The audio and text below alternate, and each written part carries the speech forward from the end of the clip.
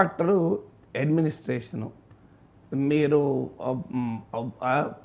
ముఖ్యమంత్రిగా ఉన్న వ్యక్తి మనసులో ఏముంది అనేది ఊహించి అధికారగణం కదులుతుంటారు.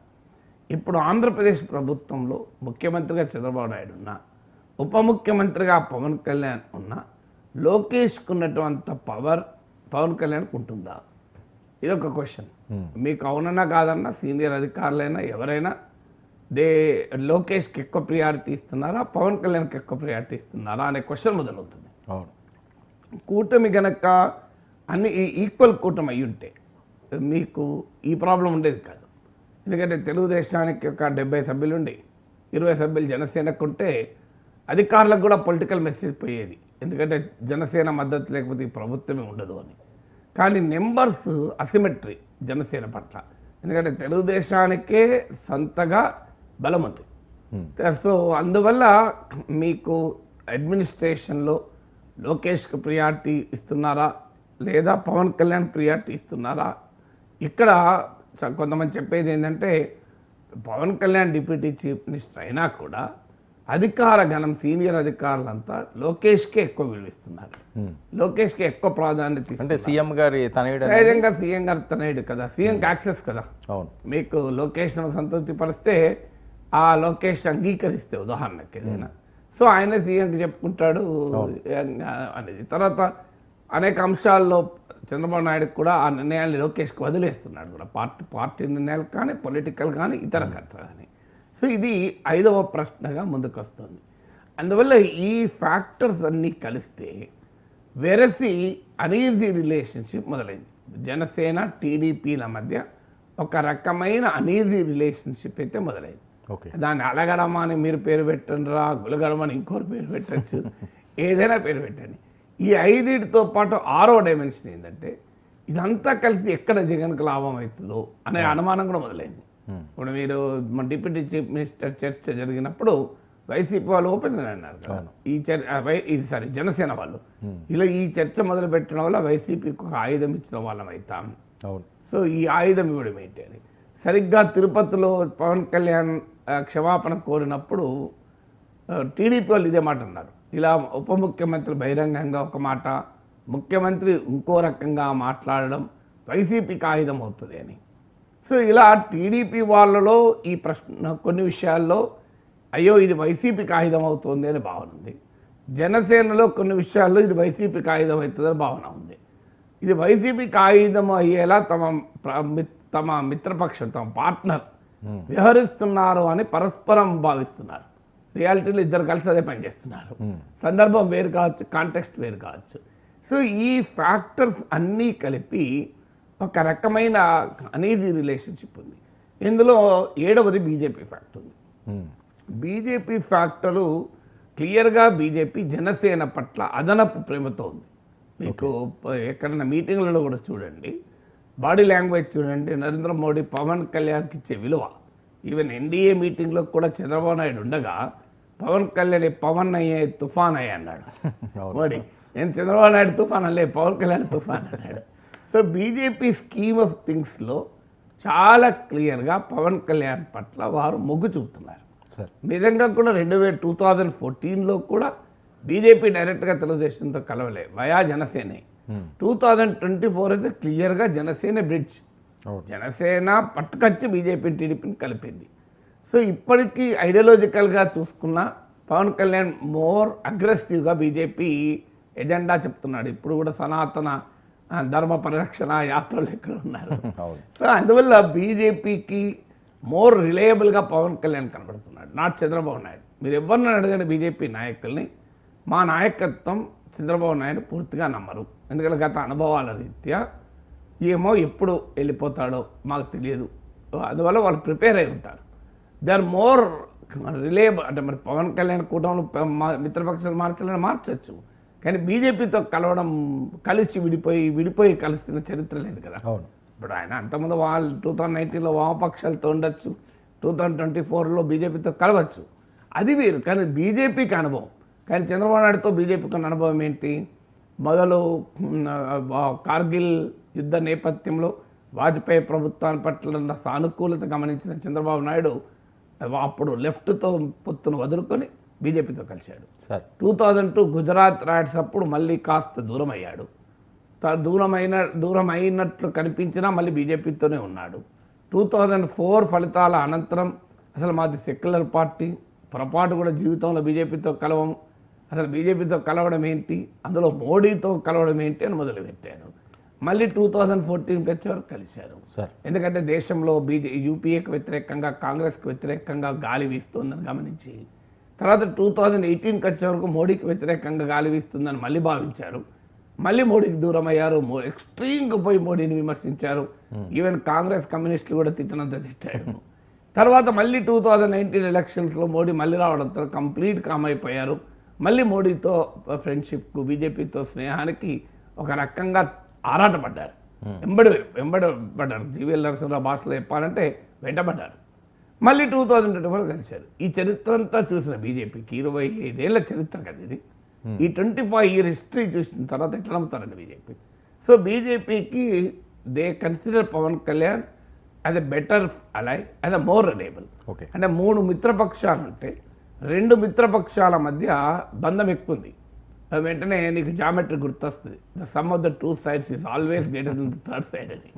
సో ఇక్కడ 3 పార్టీలు ఉన్నాయి, TDP, Janasena, BJP. Janasena BJP బంధం బలంగా ఉండడం వల్ల ఒక అసిమెట్రీ కూడా కూటమిలో ఉంది. అందువల్ల ఇప్పుడు మీకు 7 కారణాలు చెప్పాను. జనసేన టీడీపీల మధ్య ఒక అన్ఈజీ రిలేషన్షిప్ అనేది అయితే మొదలైంది. ఇది ఎక్కడ దాకా వచ్చింది అనేది ఇంకొకటి కూడా చెప్తాను. 8వది, టీడీపీ వాళ్ళలో ఏముందంటే మేము అనవసరంగా ఈ పొత్తు పెట్టుకున్నాం, అనవసరంగా బీజేపీ సీట్లు ఇచ్చాం, జనసేన సీట్లు ఇచ్చాం, ఇప్పుడు ఈ గాలి చూస్తే జగన్ పట్ల ఇంత వ్యతిరేకత ఉందని మేము అనుకోలేదు, అసలు మేము సొంతగా పోటీ చేసినా గెలిచే వాళ్ళం, అసలు ఈ ఎందుకు పెట్టుకున్నాం ఈ తంట అంతా అని టీడీపీ వర్గాల్లో ఒక ఫీలింగ్ ఉంది. అనేక సందర్భాల్లో బహిరంగ కూడా వ్యక్తం చేస్తున్నారు. జనసేన వర్గాల్లో ఉన్న భావన ఏంటంటే అసలు మేమే కలిసి ఉండకపోతే టీడీపీకి ఇంత సీన్ ఉండేదా, వాతావరణం ఇంత మారేదా, పవన్ కళ్యాణ్ కదా గేమ్ చేంజర్ అని. అది రియాలిటీ కూడా, అది చంద్రబాబు నాయుడు కూడా అంగీకరించిన రియాలిటీ. అందువల్ల నెంబర్స్ని చూస్తామో టీడీపీ వారికి అనిపిస్తోంది జనసేన లేకపోయినా బీజేపీ లేకపోయినా మేము పవర్లోకి వచ్చే వాళ్ళం అనేది అరిథమెటిక్ చూసి ఫీల్ అవుతున్నారు. జనసేన వాళ్ళేమో కెమిస్ట్రీ చెప్తున్నారు, టీడీపీ వాళ్ళేమో అరిథమెటిక్ చెప్తున్నారు. ఈ అరిథమెటిక్ కెమిస్ట్రీకి ఎంపీసీ జమాయించడం లేదు. మ్యాథమెటిక్స్, ఫిజిక్స్, కెమిస్ట్రీ కలవాలి కానీ కలుస్తలేదు. సో అందువల్ల ఈ 8 కారణాల రీత్యా టీడీపీ జనసేనల మధ్య అనీజీ రిలేషన్షిప్ అని మొదలైంది. ఇక దానికి మీరు ఆలుగారని పేరు పెట్టుకుంటారా, గులిగారని పేరు పెట్టుకుంటారా, మీ ఇష్టం. అది సార్ ఒక్క విషయం, మీరు 8 ప్రశ్నలు చెప్పారు. నాదొక ప్రశ్న సార్, తెలుగుదేశం పార్టీ 8 అంశాలు, అది 8 అంశాలు. నాదో ప్రశ్న, చంద్రబాబు నాయుడు గారు పవన్ కళ్యాణ్ గారిని సరే మనకి సొంతంగా మనం గలగలము అని ఆలోచించి ఇప్పుడు ఏవైనా పక్కన పెట్టడమో లేకపోతే ఆయన చిన్న చూపు చూసే సాహసం చేస్తారు? ఎందుకంటే 2014 నుంచి 19 వరకు కూడా వైసీపీ రుచి చూసింది ముఖ్యంగా తెలుగుదేశం పార్టీ శ్రేణులు. బయటికి రావడానికే భయపడ్డారు. ఆయన నిండు సభలో ఏడ్చేలా చేశారు. సో మళ్ళీ ఆ రిస్క్ చేస్తారు ఆయన? అంటే ఒకటి యాజ్ ఆఫ్ ఇందులో మీ ప్రశ్నకు 2 రకాల ఆన్సర్. ఒకటి, చంద్రబాబు నాయుడు కానీ లోకేష్ కానీ పవన్ కళ్యాణ్ పట్ల ఏ రకమైన అగౌరవాన్ని చూపడం లేదు. లెట్ అస్ బి, మిగతా వాళ్ళు ఎవరేం మాట్లాడినా పవన్ కళ్యాణ్ పట్ల టీడీపీ నాయకత్వం చాలా గౌరవంగా ఉంది. Pawan Kalyan contribution, political contribution అనేక సార్లు బహిరంగంగా ఎక్నాలెడ్జ్ చేస్తున్నారు. అంటే చంద్రబాబు నాయుడు మాట్లాడిన సరళి చూసినా, లోకేష్ మాట్లాడిన తీరు చూసినా, వాళ్ళ బాడీ లాంగ్వేజ్ గమనించినా అదేదో హిపోక్రసీగా పొలిటికల్ అవసరం రీతి అంటున్నట్టు కనిపించడం లేదు. They seriously believe it. Pawan Kalyan contribution వల్ల ఈ కూటమి పవర్లోకి వచ్చింది అని. నిజంగా మనం మాట్లాడుతున్న వాళ్ళను జాగ్రత్తగా గమనిస్తే సైకాలజీ అర్థమవుతుంది కొంత. చంద్రబాబు నాయుడు, లోకేష్ ఏదో రాజకీయ అవసరాల కొరకు పవన్ కళ్యాణ్ పట్ల గౌరవాన్ని వ్యక్తం చేస్తున్నారని అనుకోవడం లేదు. డెఫినెట్గా పవన్ కళ్యాణ్ తీసుకున్న పొలిటికల్ స్టాండ్ మమ్మల్ని పవర్లోకి తెచ్చింది. టీడీపీ శ్రేణులు భావిస్తే భావించవచ్చు నెంబర్స్ని చూసి, చంద్రబాబు నాయుడు, లోకేష్ భావిస్తున్నారని అనుకోను. అట్లీస్ట్ అదైతే వ్యక్తం చేయడం లేదు ఎక్కడ. అలాగే పవన్ కళ్యాణ్ కూడా ఇప్పటి వరకు చంద్రబాబు నాయుడు పట్ల, ఆయన నాయకత్వం పట్ల అవిధేయత కానీ, నేను కూడా సమానమే చంద్రబాబు నాయుడుతో అని కానీ ఎక్కడా మీకు చూపెట్టలేదు. జనసేనలో వస్తున్న ప్రశ్న ఇదే, మా నాయకుడు చంద్రబాబు నాయుడు తర్వాత నేను అని కూడా అనడం లేదు కదా. చంద్రబాబు నాయుడు నాయకత్వంలో మేము పనిచేస్తున్నాం అంటున్నాడు. ఎక్కడా పవన్ కళ్యాణ్ చంద్రబాబు నాయుడుతో సమానంగా తనకు తాను ఈక్వేట్ చేసుకోవడం లేదు. చంద్రబాబు నాయుడుతో పాటు నేను అని కూడా ఈక్వేట్ చేసుకోవడం లేదు. చంద్రబాబు నాయుడు నాయకత్వంలో పనిచేస్తున్నానే కదా చెప్తున్నాడు. మధ్యలో టీడీపీ వాళ్ళు ఏమో లోకేష్ను ముందుకెందుకు తెస్తున్నారు? మరి లోకేష్ ఉప ముఖ్యమంత్రి తర్వాతే కదా, ఈక్వల్ ఎట్లయితారు? జనసేన మా నాయకుడు ఏమో చంద్రబాబు నాయుడుతో ఈక్వల్ అని చెప్పుకోవడం లేదు, చూపెట్టడం లేదు. టీడీపీ వాళ్ళేమో లోకేష్ని తీసుకొచ్చి పవన్ కళ్యాణ్కి ఈక్వల్గా కూర్చొని పెడదామని చూస్తున్నారు. ఇది ఎక్కడ న్యాయం అనేది జనసేన వాళ్ళ భావన. కానీ పవన్ కళ్యాణ్ ఎక్కడా కూడా లోకేష్ పట్ల కానీ చంద్రబాబు నాయుడు పట్ల కానీ ఆ రకమైన భావన చూపెట్టడం లేదు. కానీ దిగువ స్థాయిలో ఈ పరిణామాలు వస్తుంటే అనివార్యంగా దిగువ స్థాయిలో అనీజీ రిలేషన్షిప్ మొదలవుతే అది ఎక్కడో చోట పైన రిఫ్లెక్ట్ అవుతుంది కదా. దీంట్లో ఇతర రకాల సమస్యలు వస్తాయి, నామినేటెడ్ పదవులు వస్తాయి, అభివృద్ధి పనులు వస్తాయి, అనర్థమైన కాంట్రాక్ట్లు వస్తాయి, ఇవన్నీ కూడా కలగాబలగమైపోతాయి. సో అందువల్ల ఇప్పటికిప్పుడు చంద్రబాబు నాయుడు కానీ పవన్ కళ్యాణ్ కానీ పరస్పరం అగౌరవం చూపెట్టుకునే ఆ స్వభావం కూడా కనిపించడం లేదు. కానీ భవిష్యత్తులో ఏమైతాయి నోబడి నోస్. ఇప్పుడు ఏబిఎన్ రాధాకృష్ణ చెప్పినట్లు రాజకీయాలు ఎప్పుడూ నిశ్చలంగా ఉండవు. ఇది ఆయన చెప్పింది, నేను చెప్పింది కాదు. నేను ఎక్కువ రాధాకృష్ణ గారిని కోట్ చేస్తాను, ఎందుకంటే నేనేమైనా మాట్లాడితే ఇమీడియట్గా నాపై నిందారోపణలు వేస్తారు. సో ఈయన వైసీపీకి అనుకూలంగా మాట్లాడుతున్నాడు అని. రాధాకృష్ణ పైన అలాంటి నిందారోపణలు వేయరు కనుక నేను ఆ టేక్ షీల్డ్. నేను చెప్పే అంశాలు, నేను నమ్మే అంశాలు ఒకవేళ రాధాకృష్ణ గారు కూడా అంటే రాధాకృష్ణ గారు చెప్పారని చెప్పి రాధాకృష్ణ చెప్పాడు అంటున్నా. ఎందుకంటే దాంతో ఒక పంచాయతీ పోతుంది. అయ్యా నేను చెప్పడం కాదయ్యా, మీకు మీ తస్మదీయుడు కానీ రాధాకృష్ణ చెప్తున్నాడు అని. సో ఆయనే చెప్పాడు క్లియర్గా ఆయన వీకెండ్ కామెంట్లో, రాజకీయాలు ఎప్పుడూ నిశ్చలంగా ఉండవు. పవన్ కళ్యాణ్ ముందు పెట్టి తెలుగుదేశానికి ప్రత్యామ్నాయం కావాలని బీజేపీ జాతీయ నాయకత్వం ఆలోచిస్తుందని చెప్పారు. సరిగ్గా నేను ఇదే చెప్పాను. మీకు ఇక్కడ బీజేపీ స్ట్రాటజీ వేరుంటుంది. సో అందువల్ల మీకు ఇప్పటికిప్పుడు వాస్తవంగా జనసేన టీడీపీ నాయకత్వాల మధ్య ఏ ప్రాబ్లం లేకపోవచ్చు. భవిష్యత్తులో ఏముంటుంది ఎవరమో చెప్పలేము. అందుకే రాధాకృష్ణ ఉపాఖ్యానం, రాజకీయాలు నిశ్చలంగా ఉండవు. ఏం జరుగుతుంది ఎవరని చెప్పగలుగుతాం? సో ఇది ఎప్పుడు జరుగుతుంది ఎవరని చెప్పగలుగుతాం? బీజేపీ వర్గాల్లో అయితే చర్చ ఇది ఎక్కువ కాలం మేము కలిసి ఉండలేము అనే భావన కూడా మొదలైంది. ఇది 2029 వరకు చెక్కు చెదరకుండా ఉంటుందా? Nobody knows. ఎందుకంటే పాలిటిక్స్ చాలా వేగంగా పరిణామాలు చెందుతూ ఉంటాయి. ఎవరు ఎప్పుడు ఎక్కడ కలుస్తారు, ఎవరు ఎవరితో కలుస్తారు, ఎవరి వ్యూహం ఎలా ఉంటుంది అని. ఇప్పుడు రేపు అది చంద్రబాబు నాయుడు ప్రభుత్వం పట్ల ప్రజల్లో అసంతృప్తి స్థాయిని బట్టి ఉంటుంది.